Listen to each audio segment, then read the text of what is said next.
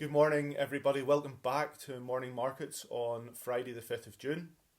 A couple of things that I wanted to discuss this morning, and the first of which builds on that which we've been talking about over the past number of days and indeed weeks, and that's just about the ECB meeting yesterday. We touched yesterday on how it would be important to assess the market reaction to what the ECB announcements were. Well, what did we get from the ECB yesterday? We saw a significant expansion in the asset purchase programme. If you remember back, they set about a programme of 750 billion euros in the midst of the problems caused by COVID-19. What happened yesterday? We saw that package extended quite materially with an additional 600 billion euros added, so a total package of 1.35 trillion euros for quantitative easing. And by that I mean the ability of the ECB to buy bonds over the coming months. They also extended the term through to the end of June 2021. So taking those two things together, what does that mean? It gives the ECB the ability to buy back up to 100 billion euros worth of bonds, sovereign bonds and also corporate bonds per month through to the end of June 2021. So that's quite a significant programme that they now have in place.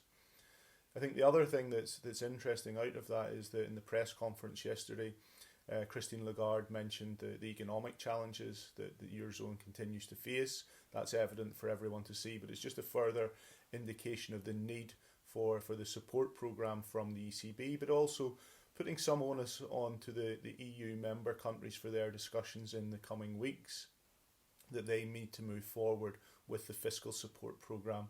The other point that I thought was interesting from the press conference was that the ECB did discuss buying high yield paper, so that yields more and is from more likely distressed businesses, something that the Fed is doing through the ETFs in the US. They decided not to do that, so that remains an option that is open to them.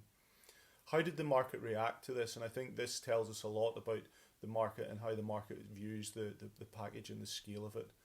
We saw peripheral spreads, so that's for the likes of countries like Italy, Spain and Portugal, narrow relative to German 10-year paper. So that's the premium that was being required to take sovereign paper from those countries has reduced relative to Germany. That's a positive. We saw the euro continuing to strengthen through the course of the day, again speaking to satisfaction, if you will, in terms of the package. And then in the equity market, we saw the Euro Stoxx 50 come off a mere 20 basis points. So I think that speaks to how the market has perceived this and reacted to it. I think now the focus will turn to the EU government leaders and the discussion that they will have in the coming weeks as they seek agreement around the fiscal support package. Now, I don't think we're there yet, and it will probably give us some volatility as we move towards that at the end of the month. But again, significant change from the ECB and something that has been well received at this point by the market. If we then turn to other asset markets yesterday, what did we see? We saw a little bit of weakness across equity markets. That's to be expected given where we have moved to and how quickly we've moved over the past couple of days and indeed weeks. But the weakness wasn't anything significant, compared to the volatility we've seen before. The FTSE was off about 60 basis points. In the US, the Dow was marginally up. We saw the S&P down about 30 basis points and the Nasdaq down 70 basis points.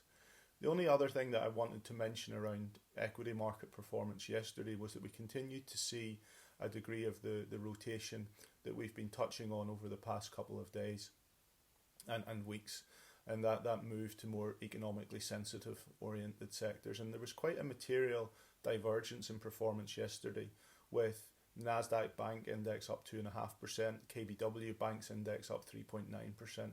Quite a material change, and indeed outperforming in a down market for the broader market. So again, just building on that theme about a slight broadening out of the support that we're seeing in markets. Currency markets, again, I've touched on what happened in the euro. And we continue to see actually strength in sterling yesterday, with sterling moving above 126 to the dollar. We only cast our minds back to March and the challenges we had there. The sterling was trading at 115 to the dollar, so quite a material move in that. We'll get another update today on how Brexit negotiations have went over the past week. I don't think we can hold out much hope for anything if the press reports are anything to be believed. So we'll just continue to monitor how sterling performs. Again, there will be some volatility around these announcements. And then just finally, I wanted to touch on the US unemployment data. So we saw continuing weekly claims yesterday. The weekly claim number came in at 1.9 million individuals. Again, it's a lower number than maybe may have been expected, and again, it's the lowest number that we've seen in the past 8 to 10 weeks. But to put some context around this, and why I say it shows a small improvement, continuing claims remained high at 21.6 or 21.5 million thereabouts. And then today we'll get the unemployment rate for the month, and that's probably likely to show an unemployment rate in the US of some 18 to 20%. So something that will be something that very few of us, if any of us, have ever seen before from a US perspective.